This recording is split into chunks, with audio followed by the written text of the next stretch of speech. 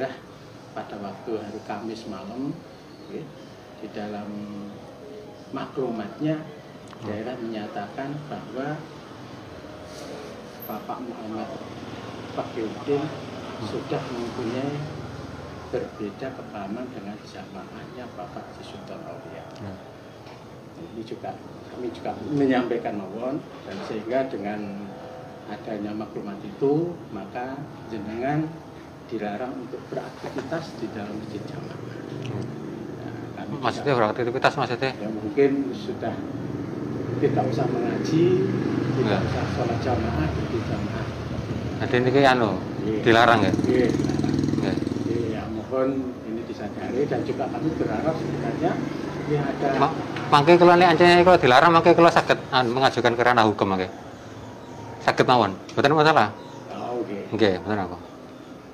Mangke ini memang kalau diposisikan seperti ini dan memang ini masjid-masjidnya istilahnya bukan milik pribadi ya. Terus istilahnya bukan istilahnya untuk ibadah, kok saya dilarang setelah di sini. Oke, nah apa? Jadi nanti adalah nanti ya. Ya, bukan maklumatnya berbunyi seperti itu. Okay. Kemudian ya, maklumatnya dilarang mengadakan aktivitas di dalam masjid jamaah. Jadi tidak sendiri aja, gitu ya. Di dalam masjid jamaah. Aktivitas adalah yang mungkin dengan apa, tapi untuk aktivitas di luar itu bagi jamaah silahkan.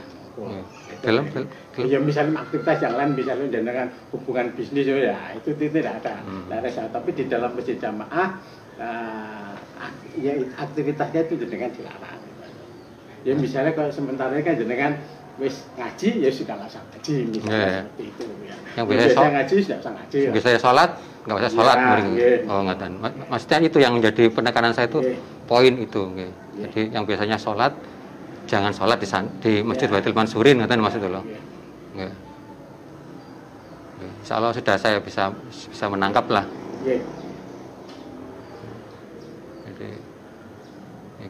Dan ini juga ya ini saya dengan bagaimana ini kami juga harus menyampaikan karena kebetulan seperti itu ya akumulasi ini sebenarnya juga perjalanannya tidak hanya sepintas tapi panjang. Jadi kami juga berharap semua jamaah terutama saya ya mungkin Bapak juga berharap jangan kan dianggap orang yang mengerti ilmu ya kok bisa seperti ini bagaimana inilah yang sangat juga kami sayangkan. Jadi saya tuh selalu dapat update dari Bapak. Jadi termasuk saya dikatakan pernah sholat pernah mampir di masjid Geluran itu kan. Jadi saya itu kan aktivitas saya itu kan kirim barang. Jadi dari kadang itu melewati waktu sholat. Jadi saya habis kirim di wilayah Sepanjang ya, dekat situ saya langsung tanpa pikir panjang, ini jam 1 siang saya langsung sholat, langsung meluncur ke Surabaya, bertolak dari Sepanjang. Jadi itu dilaporkan ke Bapak, kamu mampir ke masjid, sudah ke masjid Geluran. Saya juga kaget, masjid Geluran mampir. Memang saya mampir setelah saya kirim barang di wilayah depannya rumah sakit situ. Kemudian jam 1 siang saya mampir sholat, terus bertolak lagi mau kirim barang lagi. Itu jadi jadi catatan saya. Jadi ada Facebook, Bapak itu selalu update ke saya. Itu jangan Pak Joko jangan mengira saya buta. Jadi saya tahu semua. Jadi mulai A sampai Z saya tahu. Justru saya juga mendengar informasi yang jenengan jemjen Geluran. Tapi saya kalau informasinya saya dengar, tapi kalau saya tidak, apakah ada aktivitas apa, saya tidak akan menangkap. Kalau saya tidak punya misalnya di sana jenengan aktivitas mengajar, mungkin saya baru komen. Tapi ketika jenengan wis majar, saya juga mampir di masjid Jawatan, maka itu memang ada yang menginformasikan. Tapi kan ya mungkin menjadi suatu rumor di dalam tapi saya juga pernah kok sholat di situ, pernah sholat di situ gitu. mulai awal jadi sampai bagus kan saya pernah beberapa kali, malah tidak hanya sekali gitu loh. Ya saya tidak terlalu Pak gitu. Yang mungkin yang menjadi pijakan ya mungkin terutama dari jenengan itu terutama berkaitan mungkin dengan masalah Facebook Terus kemarin itu yang saya sempat ingatkan itu bagian itu lah, itulah yang mungkin menjadi banyak pertimbangan. Di samping itu jenengan secara, kalau saya ngomong ya mohon maaf, secara konyol jenengan posting ono kata yang ditempurung lho di dalam manusia itu sebenarnya aku golek gambar yang kono gak semua wong itu oleh gitu. Itu kan jenengan posting barangnya ngapain gitu. Nah itu barangkali satu akumulasi, tapi kami semua kami serahkan. Ya daerah sudah membutuhkan seperti ini ya. Ya kalau memang ya semuanya bukan berarti istilahnya kalau namanya orang yang sudah dibunuh bukan berarti kok waduh saya salah, bukan berarti kok ditutup ya. Kalau misalnya oh ya saya ada zaman pengen kembali ya siap, kita semua ya siap pengen menerima dengan ada catatan itu ya kita siap menerima.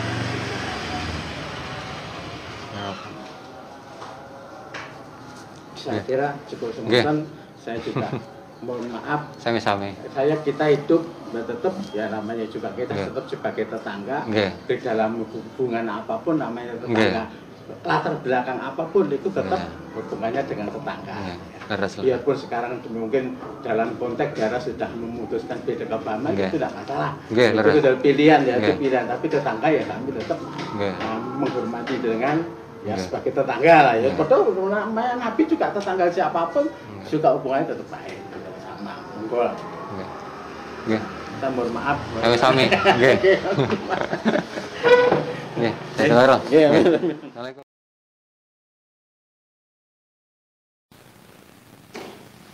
Nah, salat jamaah yang bisa tertib itu adalah apabila masjid itu di komplek-kompleknya Jukam. Itu salat jamaahnya tertib. Tapi kemudian jamaahnya yang tidak tinggal di komplek, di mana mereka salat? Apakah mereka diarahkan salatlah di masjid-masjid terdekat? Begitu? Enggak kan? Nah, jamaahnya yang berada di luar kompleknya, jauh dari masjid-masjidnya, nah, akan sholat sendiri-sendiri di rumahnya. Nah, sholatnya di rumah, laki-laki loh itu. Nah, laki-laki sholatnya di rumah tiap hari, di dekatnya ada masjid, tapi bukan masjidnya Jukam. Nah, apakah yang seperti itu ada teguran, kamu kok di dekatmu ada masjid, tapi kamu sholatnya terus di rumah, ada nggak teguran itu dari pengurusnya? Nggak ada. Justru sebaliknya, apabila dia sholat di masjid terdekat, dia akan dianggap sudah menyimpang kepahamannya, ya nggak? Nah, dia sudah dianggap menyimpang kepahamannya. Kenapa? Nah, doktrinnya adalah sholat di belakang, atau makmum di belakang imam yang selain golongannya, selain Jukam itu tidak sah dengan berbagai macam alasan. Yang alasannya di luar Jukam adalah ahli bid'ah, kayak yang di luar Jukam nggak bisa sesuci dan sebagainya. Apa sepun alasannya, nah, pokoknya nggak boleh sholat di belakang Jukam. Nah, apakah ini namanya peramutan? Nah, peramutan yang menjadikan banyak dari Jukam justru meninggalkan kewajiban yang paling besar dalam hidupnya, yaitu apa? Salat berjamaah. Salat berjamaah. Bahkan saking wajibnya salat berjamaah, Rasulullah sallallahu alaihi wasallam sampai sempat apa? Laqad hamamtu. Nah, niscaya sungguh aku telah apa? Hamamtu, hamma, sengaja, dan niat. Nah, niat untuk apa? An amura bis salati fatuqamu. Aku perintah supaya yang di masjid segera dilaksanakan salat. Summa amura rajulan fayusalli bin nas. Kemudian aku perintah salah satu dari mereka untuk menjadi imam. Summa antaliqa. Kemudian aku pergi ma'arijalin bersama beberapa laki-laki, ma'ahum hizamun min hatab. Nah, mereka membawa beberapa ikat kayu. Kemana? Ila qaumin la yashhaduna as-salah. Mendatangi orang-orang yang tidak menghadiri salat jamaah. Fa uharriqu 'alaihim buyutahum binnar. Maka akan aku bakar rumah-rumah mereka bersama mereka. Nah, ini menunjukkan apa? Besarnya perkara sholat berjamaah.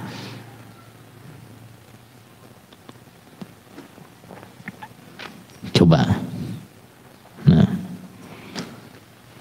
terutama jamaah Jokam yang tinggalnya jauh dari masjid-masjid Jokam.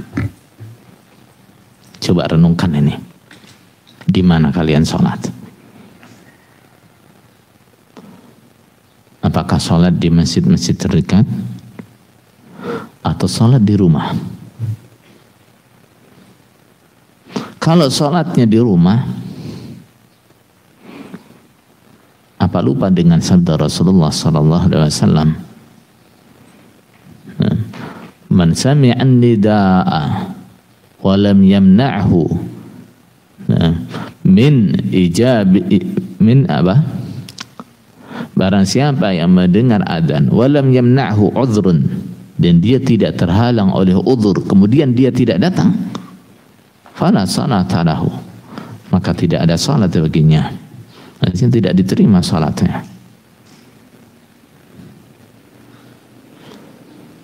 Seandainya tidak mau salat di masjid terdekat karena dianggap ini apa, masjidnya ahli bid'ah misalnya, seharusnya karena dia dengar adzan, dia nggak mau datang ke masjid ini, dia harus cari masjid mana yang dia cocok, ya enggak? Dia harus cari di masjid mana yang dia cocok, begitu. Bukan alasan saya nggak cocok dengan masjid sini, saya selalu di rumah saja, boleh begitu? Nggak boleh. Apalagi sampai itu sholat Jumat misalnya, tidak mau sholat Jumat bersama kaum muslimin yang lain karena dianggap sebagai ahli bid'ah. Nah, kemudian mengadakan sholat Jumat di rumah-rumah sendiri.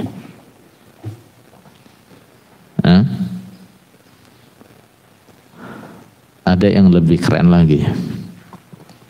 Dulu waktu anak di Sulawesi,